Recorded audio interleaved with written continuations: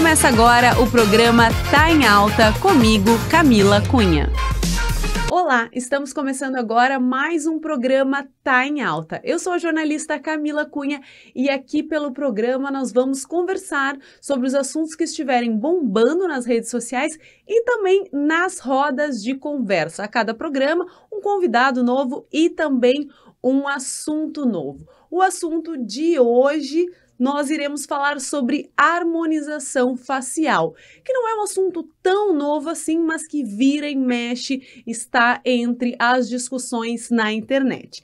E para falar sobre esse assunto, eu trouxe aqui hoje a nossa convidada, a cirurgiã dentista Roberta Ler, que é formada pela UFSM, mestre pela UFSM também e especializada em harmonização facial com mais de 15 cursos na área. Roberta, seja muito bem-vinda ao Tá em Alta, é um prazer te ter aqui. Obrigada, o prazer é todo meu em conversar um pouquinho sobre essa área que eu tanto amo.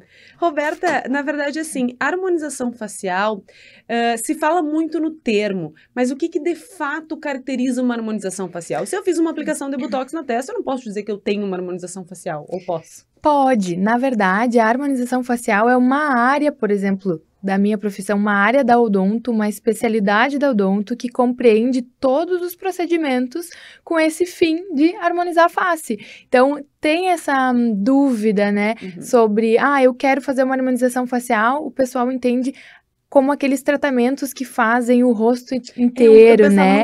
O preenchimento todo. Mas não, por exemplo, se tu fez um preenchimento labial somente ou uma toxina botulínica, isso também faz parte da harmonização facial. Esses tratamentos do rosto inteiro, que mudam um pouquinho a característica, que preenche, faz aquele tratamento mais completo, a gente chama como se fosse uma harmonização facial full face. Ou, quando é de preenchimento, um preenchimento facial full face, né? Rosto todo.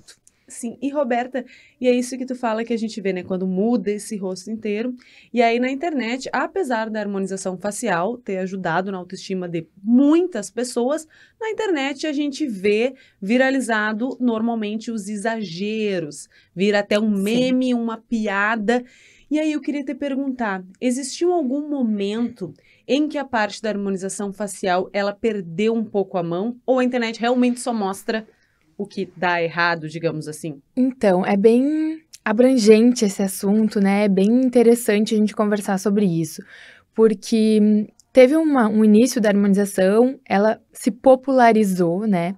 E eu acho que com esse boom das redes sociais, o pessoal foi buscando mais e mais procedimentos, essa questão de padrão, né? Que o pessoal busca de uma beleza extrema. E eu acho que foi, sim, se perdendo a mão em algum momento específico, não sei te dizer em que momento foi esse, mas junto com essa questão da exposição nas redes sociais, né? As pessoas são muito guiadas por essas tendências, influencers famosos, né? Mas eu acho que a gente está caminhando para um caminho inverso, né? E o que eu vejo? Existe muito exagero ainda, mas no cotidiano, né? As pessoas não enxergam aquela pessoa que é harmonizada naturalmente, sabe? Claro, porque daí não percebe. Porque aí não percebe. E aí acabam achando que a harmonização facial é sinônimo de exagero, que toda harmonização facial vai ficar assim. E não é. Na verdade, tem muito mais gente harmonizada que as pessoas não sabem. Nota só que ficou mais bonita. Isso, nota só que ficou mais bonita, né? E acaba que, como viraliza esses exageros, essas coisas que não ficam tão legais, acaba que acha que tudo é isso, que acontece muito disso, né? Então, tem essa questão. Eu acho que a gente já está caminhando para uma tendência, né? Claro, cada profissional vai ter sua forma de trabalhar, mas hoje em dia, por exemplo, no meu consultório, eu já não tenho pacientes, olha, raríssimas, mas assim, todas chegam. Naturalidade, eu quero menos, eu quero que ninguém perceba, eu não quero muito, e eu vejo muito essa tendência, assim. Pois isso está enquadrado dentro de uma tendência, porque eu faço uma comparação, por exemplo, com as próteses de silicone.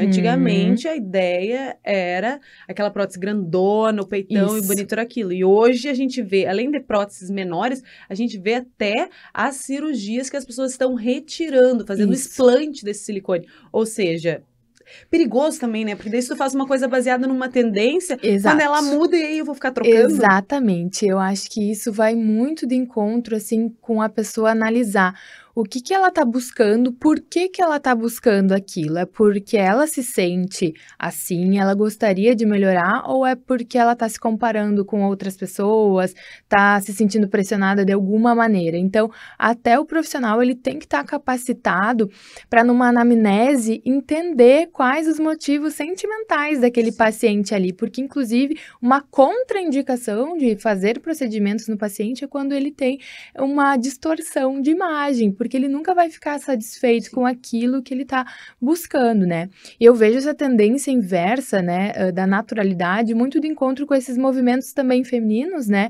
da gente se aceitar, de saber que a gente pode ser bonito como a gente é, que não precisa estar num padrão, né? Então, essa questão da gente se sentir bem com a gente mesmo e buscando coisas para nós, né? Não para se encaixar. E quando a gente fala num padrão também, o pessoal me mandou na internet, quando eu falei que iríamos abordar esse assunto, várias pessoas disseram assim, Camila, pergunta a respeito da ideia de que ficamos todas iguais. Que os rostos todos... Eu posso chegar lá no teu consultório com uma foto de uma atriz e dizer, Roberta, quero ficar igual a essa atriz. Acontece isso das pessoas quererem se basear e quererem ter todas as mesmas medidas?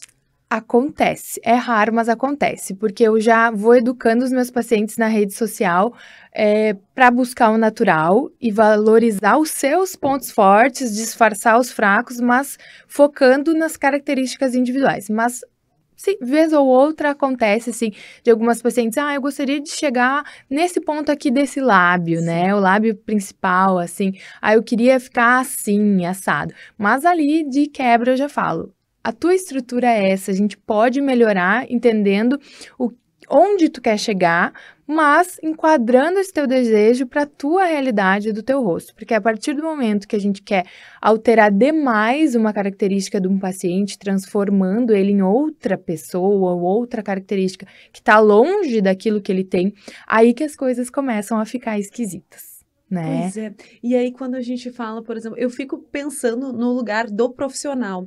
Por exemplo, se a pessoa chega lá no teu consultório com algo que tu não concorda como sendo algo harmônico e bonito. E eu vou te dizer assim, não, Roberta, mas eu quero tantos ml, e se, né, der para fazer, nada que não possa, mas eu quero tantos ml na minha boca, quero ficar com a boca de pato, aquela, não importa, eu gosto, eu acho bonito. E como que o profissional lida com isso? Porque isso é algo que tu não vai gostar. Sim, é bem complicado, né? A partir do momento que a gente também lida com gostos diferentes, né? É a mesma coisa, o meu gosto é uma roupa X, o meu gosto é uma roupa Y, né? Só que a gente tem que entender que a harmonização facial é diferente de roupa. Algo exagerado pode fazer mal para a saúde do paciente, pode gerar um problema. Usar uma roupa diferente, não, né? Então, a gente tem que conversar com o paciente o que aquilo vai trazer de malefício, esse exagero, o que vai acontecer, né? Porque excesso de produto tem suas consequências. Por exemplo, num lábio, perde mobilidade, perde expressão, tem migração de produto, né? Pode deixar uma flacidez em algumas regiões onde ele vai migrar. E normalmente as minhas pacientes, elas, por confiarem no trabalho, elas entendem isso, sabe? Tem uma que outra que foge dessa questão, que gosta mesmo do bocão, e a gente vai até o limite de que aquilo não faça mal para a saúde do paciente. Mas a gente tem que entender que a minha forma de trabalhar é voltado para o natural, mas eu entendo que podem ter pessoas que gostem um pouco mais daquilo que não se encaixa para mim. Então, a gente conversa, chega num termo que fique bom, né, para todo mundo, que eu faça algo ali que vá ficar legal. Pode ser que para mim fique um pouco exagerado, mas que não esteja prejudicando a saúde daquele paciente, né? E quando tu fala em excesso de produto, essa é outra questão. A gente, nesse caminho inverso de voltar para uma naturalidade, vimos também na internet, por exemplo, a GK, eu acho que o Lucas Luco também, retirando o produto, desfazendo uma harmonização facial. Isso é possível se eu fizer o preenchimento labial e daqui a um mês eu me arrepender? É possível. A gente tem uma enzima que se chama hialuronidase, né? Então, ela é colocada onde tem preenchimento e é como se aquele preenchimento derretesse, né? GK, Lucas Luco, a Flávia Pavanelli também removeu, né? O lábio é uma região muito móvel do rosto Então, há uma compressão muscular ali que, ao longo do tempo, inúmeras injeções de preenchimento podem fazer uma migração do produto para o redor do lábio, para dentro, que faça com que ele não consiga mais ter aquele formato, né? Fica o que a gente chama de meio lábio salsicha, né? Sim. Então, acontece essa necessidade de fazer essa remoção para começar de novo de uma maneira mais harmônica, sabe?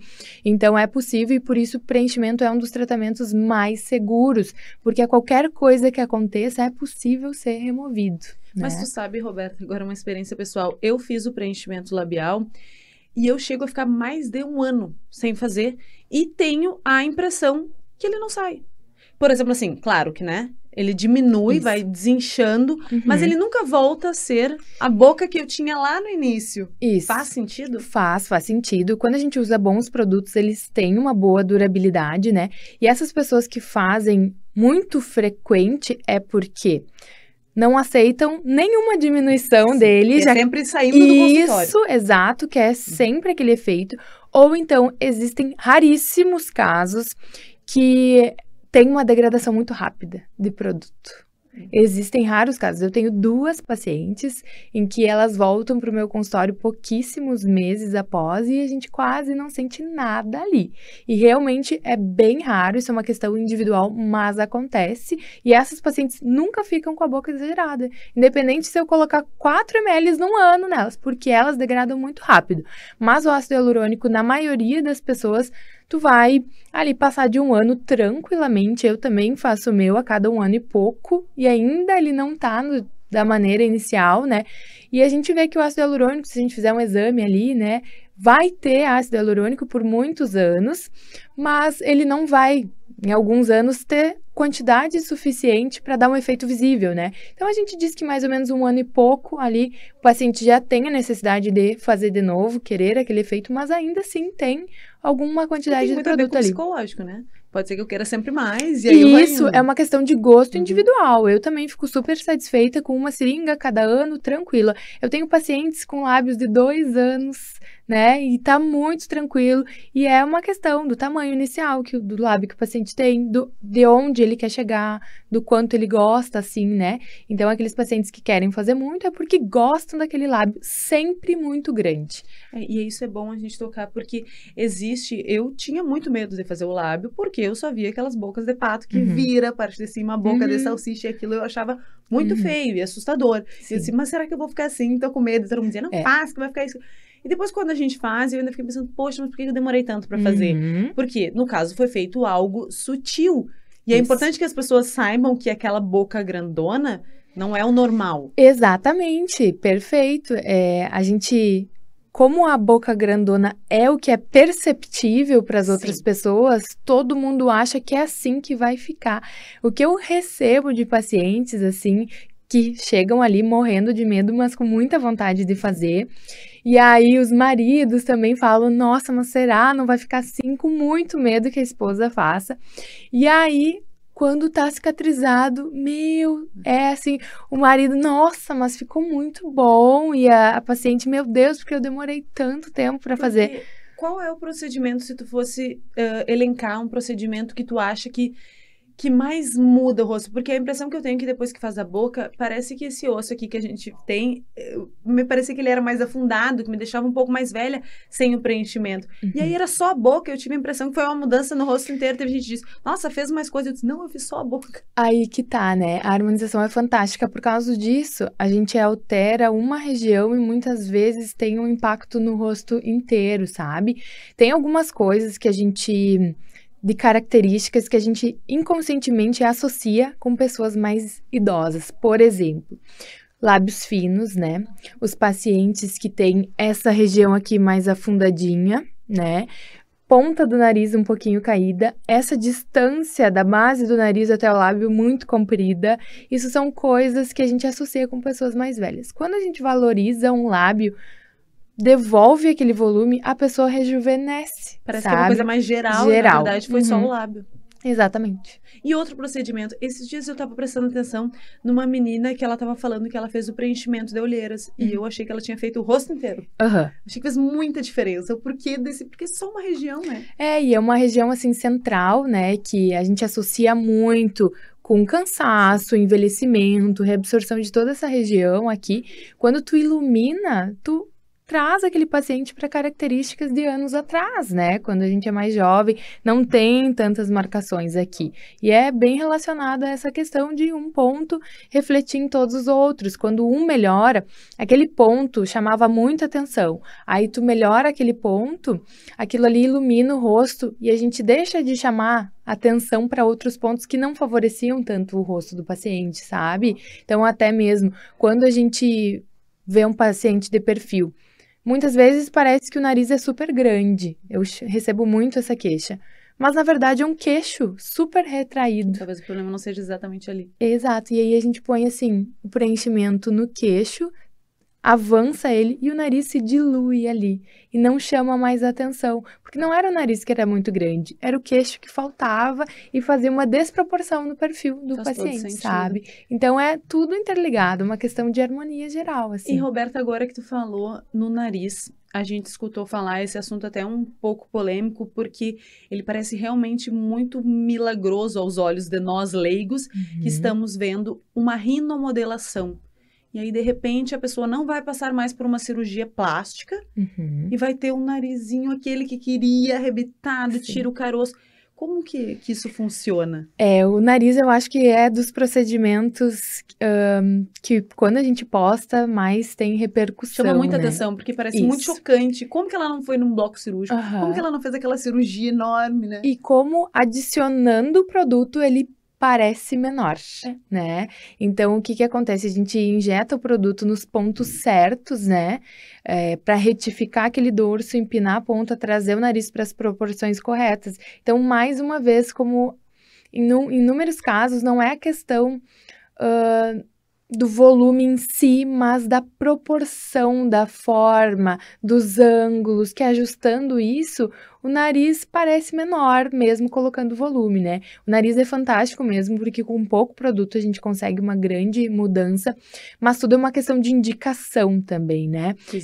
A gente consegue retificar o dorso e empinar a ponta, mas narizes onde tem uma queixa de excesso de volume, abas nasais muito largas, aí sim igual vai ser indicado para uma rinoplastia se a pessoa quer melhorar aquelas queixas, né? Então, também tem dorsos tão elevados a ponto de que, se a gente corrigir 100%, vai unir o nariz com a testa. Então, eu vejo muito por aí alguns resultados assim, né?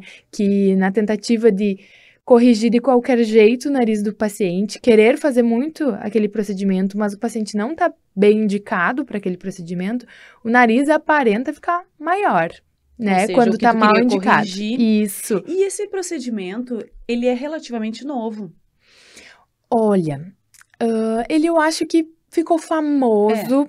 Acho que se popularizou nas redes agora. Isso, relativamente há pouco tempo, assim. E aí eu vou te perguntar, em relação ao lábio, né? Tu estava falando sobre que pode retirar o produto, e que é um procedimento super seguro. E o nariz, a rinomodelação é um procedimento um pouco mais delicado? Ele é mais delicado, sim. A gente tem no nariz, basicamente, pele, cartilagem e osso, basicamente, né? E outras regiões da face, a gente vê tem uma expansão melhor do tecido quando a gente coloca mais volume. Já o nariz não, um excesso de volume, um excesso de produto pode comprimir mais facilmente, né, alguma artéria importante para irrigação, principalmente aqui na ponta, a gente tem vasos muito delicados, muito finos. Comprimindo essa questão da vascularização, a gente vai ter complicações. Então, no nariz é mais fácil disso acontecer. Então, a necessidade de um cuidado com a aplicação, o plano de aplicação, quantidades, ser um profissional bem experiente para fazer o nariz é bem importante. E quando a gente fala na questão do profissional bem experiente e bem capacitado, Roberta, a questão é que hoje a gente, com esse boom da harmonização facial, a impressão que eu tenho, que eu abro o meu Instagram e tem muitos especialistas em harmonização facial. E aí aqui eu te pergunto, quem pode trabalhar com harmonização facial? Em um momento teve uma rixa, digamos assim, entre médicos e dentistas, né? Dizendo, não, o dentista não pode isso é só da área médica.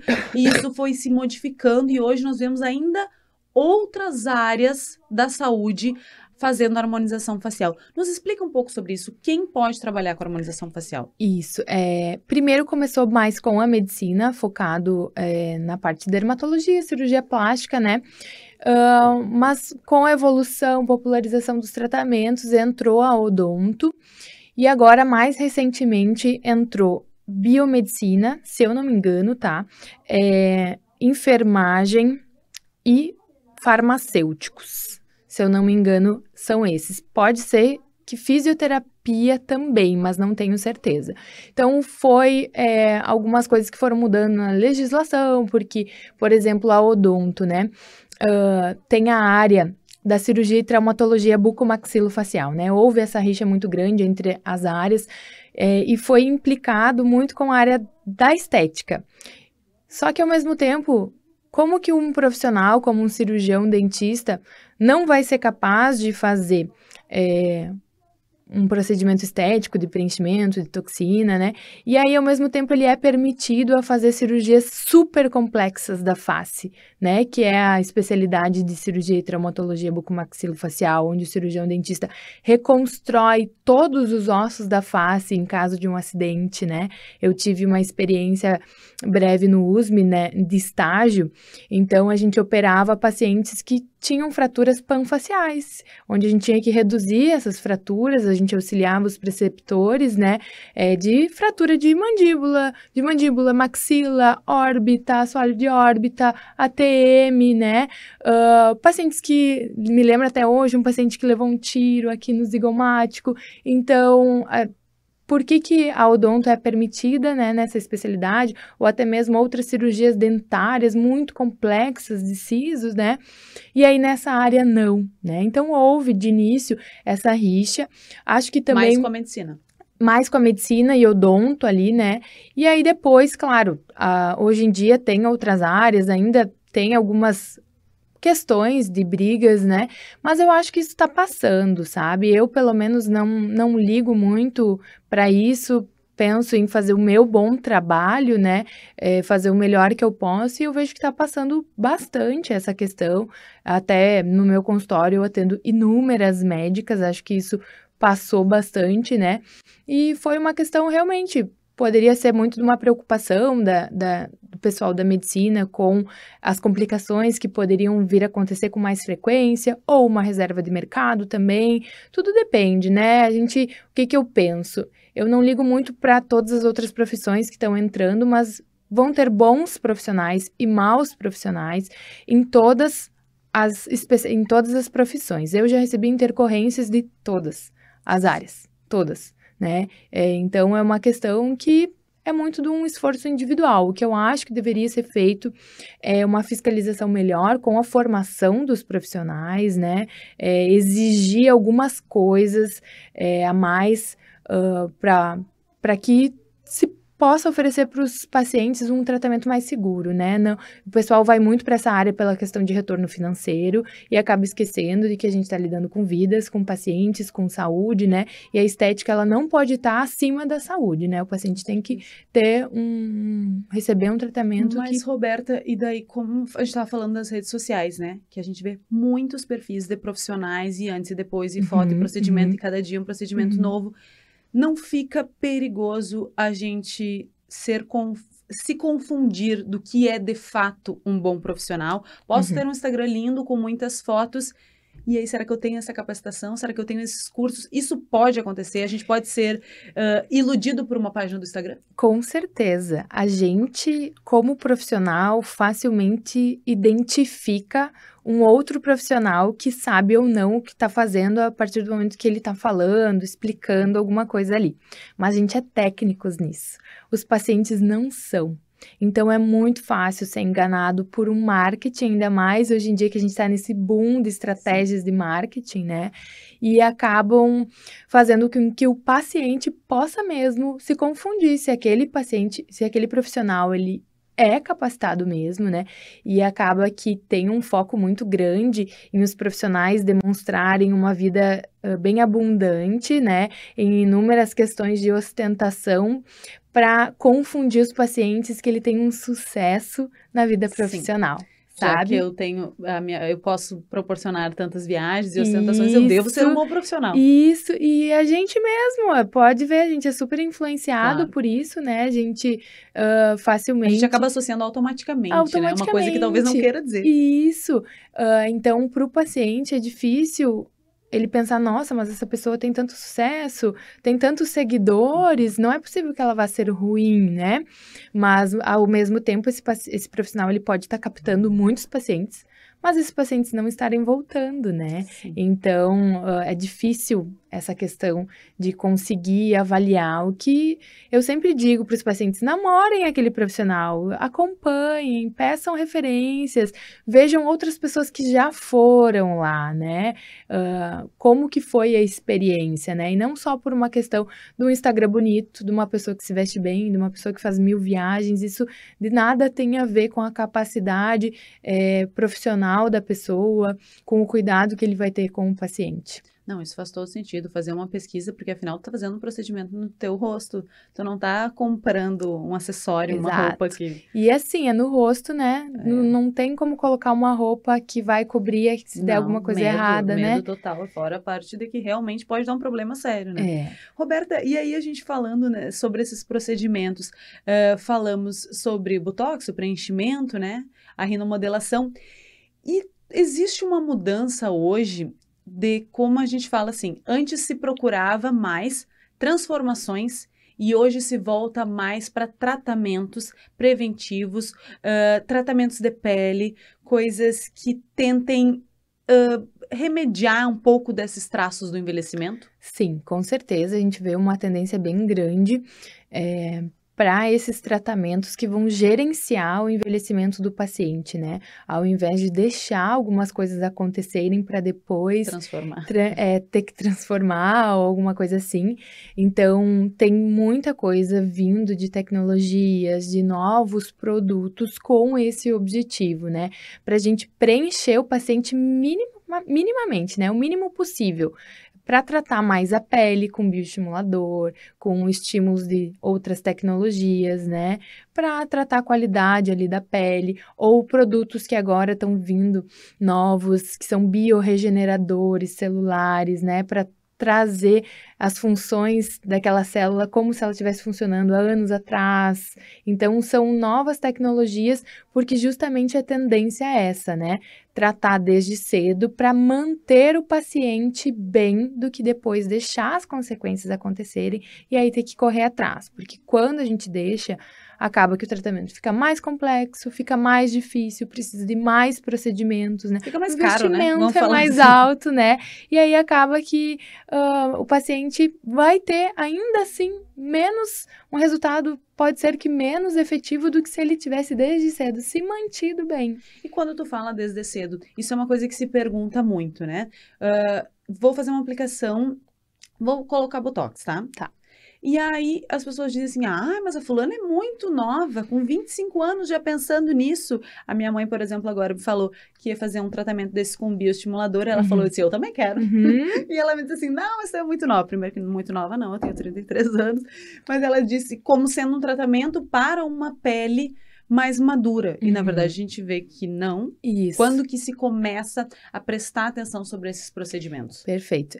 A toxina é uma coisa bem variável, tá? Porque tem pacientes de 23 anos que têm uma movimentação muscular tão intensa que tem mais indicação do que um paciente, às vezes, de 35 anos. Então, o que a gente vai ter que observar é a indicação e não exatamente a idade quando se fala em relação à toxina, né?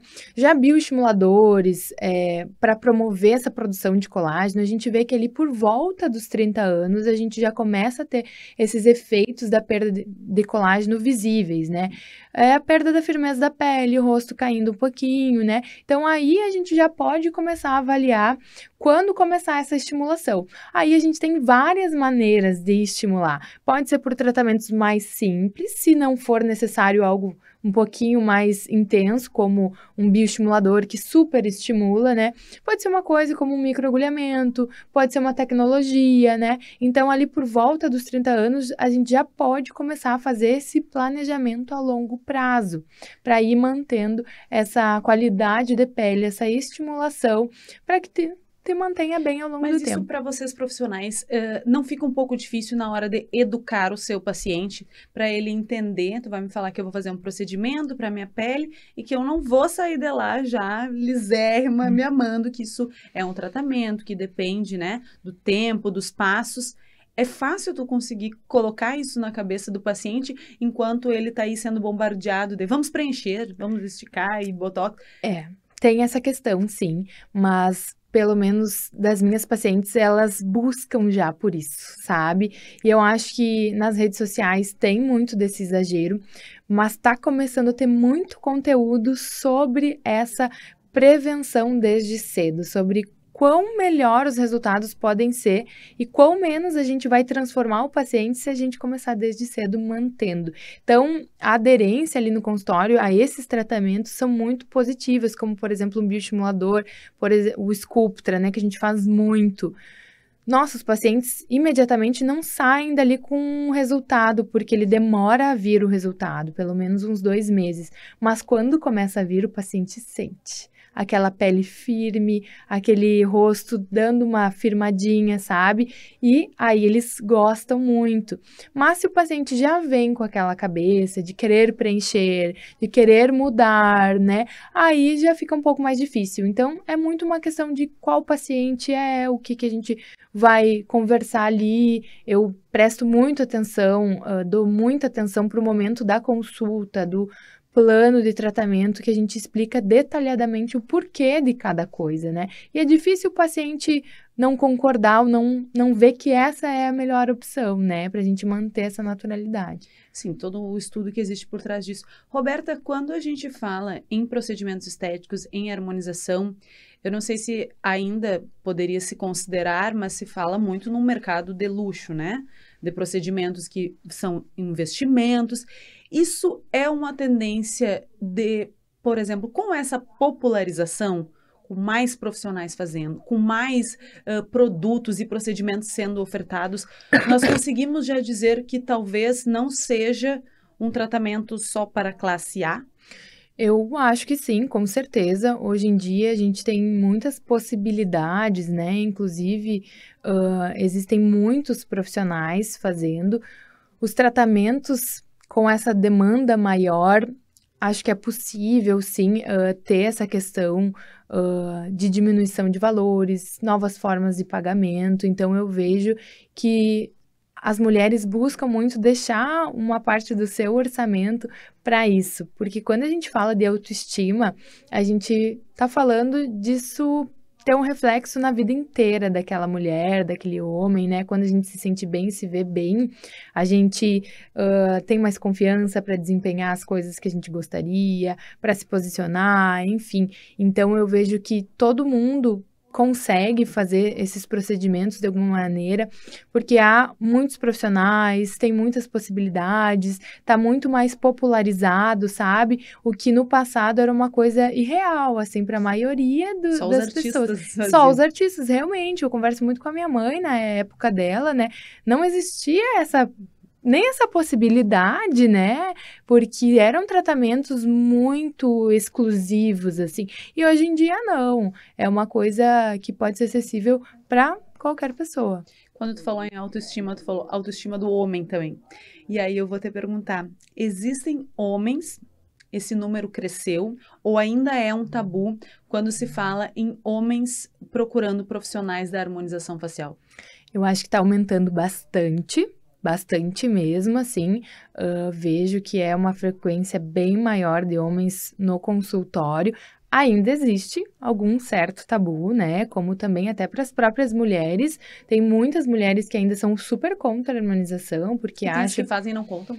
Nossa, muito. Para esconder, tem bastante? Tem. Assim, no meu consultório, as minhas pacientes são bastante discretas, assim, e até é difícil a gente poder postar ou não, porque tem muitas que não deixam postar, sabe? Então, gostam, assim, de preservar a sua individualidade ali, e eu acho que isso é um direito do paciente, inclusive a capacidade que o profissional tem que ter de conseguir fazer um procedimento que o paciente tenha a possibilidade de contar ou não se ele fez. Porque se tu faz algo exagerado ali, ela não tem saída, ela vai ser conseguir dizer visível, que não, né? Vai estar ali. Então, as minhas pacientes gostam muito disso, dessa naturalidade. Então, tem muito ainda, tanto em mulheres quanto homens, ainda existe essa questão, esse tabu, assim, de, harmonização, fica feio, não fica legal, os homens, como se fosse algo feminino, né? Sim. Mas tá super crescendo a quantidade de homens buscando os tratamentos, isso é super legal, sabe? E buscam também por tratamentos muito naturais, né? Que não alterem tanto. Porque quando a gente fala em homens fazendo harmonização, a gente pensa no Carlinhos Maia, que ficou com a mandíbula enorme, Isso. no Marrone, que virou meme, no Estênio Garcia. E aí sempre remete àquele rosto muito quadrado. Isso, muito quadrado, porque, claro, um símbolo de masculinidade é a mandíbula bem marcada, com ângulos marcados, mas até certo limite, né? Sim. Então, até o Alok também teve, né?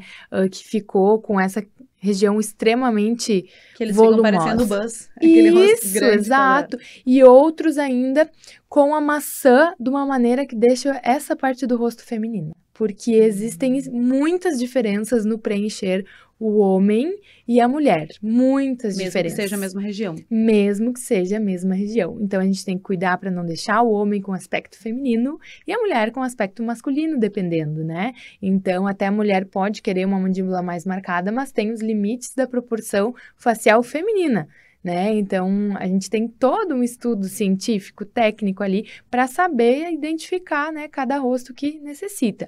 Então, no homem tem muito essa questão de tratamentos naturais, essa questão de preenchimento mandibular é muito procurada, né? E a toxina botulínica. O que a gente mais faz em homem é isso, toxina botulínica, bioestimulação de colágeno, preenchimento desse terço inferior. Nariz também, os homens têm procurado bastante, sabe? Mas é bem interessante esse aumento dessa procura, super legal. E quando a gente fala nesses preenchimentos, as pessoas sempre perguntam assim, é algo que eu vou ter que fazer obrigatoriamente com uma frequência? Se, por exemplo, se eu fizer uma harmonização e digamos que daqui, 8 meses... eu não esteja no momento financeiro que eu possa refazer esses procedimentos. E as pessoas têm medo do que acontece quando esse produto começa a sair. E acontece, de fato, alguma coisa? Então, o que vai acontecer quando o produto começar a sair é que tu pode voltar a ter aquelas mesmas queixas que tu tinha antes, né? Mas depois que tu já teve o bem, aquilo pode ser mais impactante. Isso! Até algumas pessoas acham... quando começa a fazer toxina botulínica, quando o efeito passa, nossa, mas tá pior do que era antes. Não, na verdade, tu que te acostumou a ficar com aquela pele lisinha, né?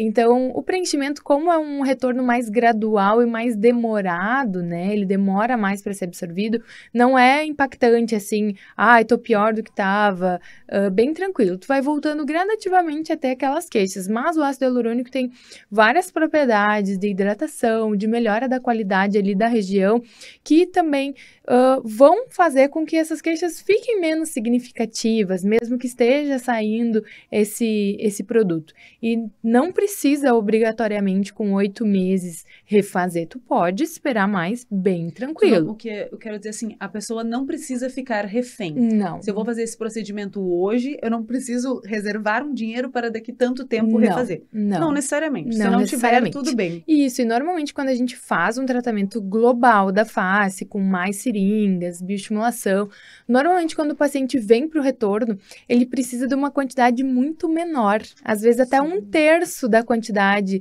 que a gente preencheu, porque a gente vê que não é um ano que vai reabsorver tudo. Então, quando a gente usa mais quantidade, a gente só vai em um ano recolocar aquela parcela que foi perdida.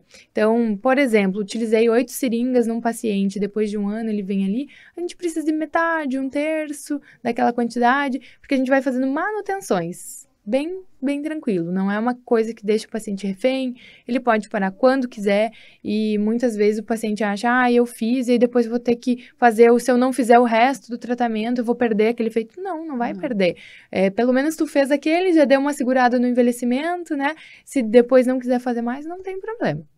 E quando a gente fala da toxina, do tempo da durabilidade, né? Eu te comentei que o meu preenchimento labial, eu acho que ele dura mais de um ano, e quando eu passei de um ano, eu também não vi ele voltar ao que era antes. E o meu botox na testa, eu também tenho a impressão que dura bastante. Tem a ver com o fato, olha, eu confessando aqui, de um sedentarismo, de alguém que não Pode. faz exercício físico. Porque eu vejo as pessoas dizendo assim, a fulana lá faz muita força na academia, faz crossfit e o botox dela não dura quase nada. Eu penso assim, Sim. o meu dura, acho que tem um problema. A durabilidade do Botox, ele tá muito relacionado a essa questão de fatores individuais, né? Não é muito bem esclarecido em literatura, assim, de fato é isso ou aquilo. Mas o que a gente vê os pacientes que têm um metabolismo mais acelerado, fazem mais exercício físico e principalmente aqueles que são extremamente expressivos vão ter uma durabilidade menor, né? É como se tu ficasse requerendo aquela força ali toda hora. É como se seu cérebro, por exemplo, fosse entender que ele está necessitando daquela função. Então, ele vai reparar aquilo mais rápido, digamos assim, né? Tem a ver com homens, uma musculatura mais forte, Também. parece mais marcado. Com certeza, o homem tem uma musculatura mais forte, assim, então a durabilidade pode ser menor, né? A dose necessária no homem, ele é maior do que a dose necessária na mulher, e tá muito relacionado a isso. O paciente que consegue ter esse controle da expressão depois que faz a toxina vai ter uma durabilidade menor. Essas questões de hábitos, né? Até mesmo hábitos saudáveis, de sono, de estresse, de alimentação também vão ter o seu peso ali. A gente não sabe definir o quanto, né? Na literatura é muito difícil fazer pesquisas em relação a isso, né? Mas isso influencia, sim. Então, agora, Roberta, para a gente finalizar, a gente voltando à história do envelhecimento, né? Existe na internet 2 pontos. Se fala muito sobre se aceitar, deixar as marcas do envelhecimento, que não tem problema nenhum, que de fato não tem, é uma questão da pessoa, né? Não existe um certo ou errado para quem pode recorrer aos procedimentos e quer, né? E aí, ao mesmo tempo, as pessoas querem a naturalidade, tá? E aí, isso foi muito falado na Xuxa. Ela dizia muito, não vou fazer procedimentos, vou, né, envelhecer. Mas agora eu acho que ela já fez, né? Porque ela apareceu no documentário, tá diferente. Mas e aí as pessoas cobram, tu percebe que as pessoas querem a naturalidade, e aí a fulana postou a foto natural, sem maquiagem, sem os procedimentos estéticos, e aí eles criticam. Ou seja... Por isso eu digo muito para as pessoas fazerem as coisas por si mesma, né? Então, quando tu tá bem consolidado dentro de ti, o que tu tá buscando, por que tu tá buscando, o que o outro acha não vai ter relevância, né?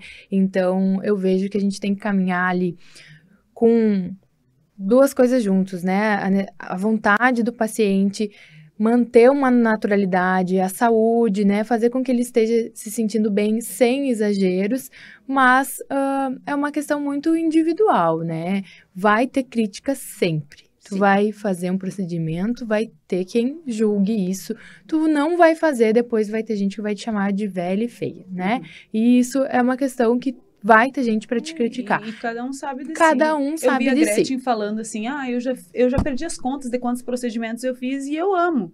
Talvez ao meu gosto, acho que existe um exagero, mas para ela não, então tá tudo bem. Isso, exato, assim, claro que tudo é bem o que a gente falou antes de o profissional ter essa noção de que respeitar, né, o gosto do paciente, mas que nunca isso infringe a saúde dele, né, que sempre os procedimentos estejam colocando a saúde em primeiro lugar, nunca colocando o paciente num risco desnecessário em busca de uma perfeição, em busca de um excesso, né? Então, sempre pensar nisso. Mas é uma questão individual, sabe? Eu penso assim que ao mesmo tempo, eu sou super adepta aos procedimentos, obviamente, porque eu penso, o envelhecimento, ele vai me mudar. Eu vou alterar de uma maneira extremamente significativa envelhecendo, né?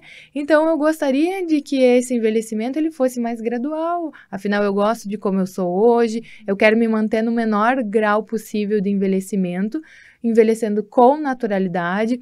Envelhecer não precisa ser sinônimo de 0 rugas, né? Mas pode ser sinônimo da gente envelhecer bem, se olhando no espelho, se reconhecendo, porque eu recebo tantas mulheres hoje em dia, com 50 anos, por exemplo, que me dizem, nossa, Roberta, eu me sinto uma mulher com tanta vitalidade, força, eu cuido dos meus filhos, eu trabalho, eu faço isso, eu jogo isso, eu tenho tantas funções, eu me sinto tão viva, porque hoje em dia o envelhecimento da mulher, ele tá muito mais longo. Tem mulheres com 60 anos que estão no auge. Exato, mas ao mesmo tempo, eu me olho no espelho e eu vejo uma senhora, e eu não me sinto por dentro uma senhora. Eu me reconheço. Eu não tô me reconhecendo no espelho, sabe? Então, como esse envelhecimento da mulher tá retardado no sentido, né, psicológico, até a gente tá trabalhando muito mais, tá com muita vitalidade por muito mais tempo, né?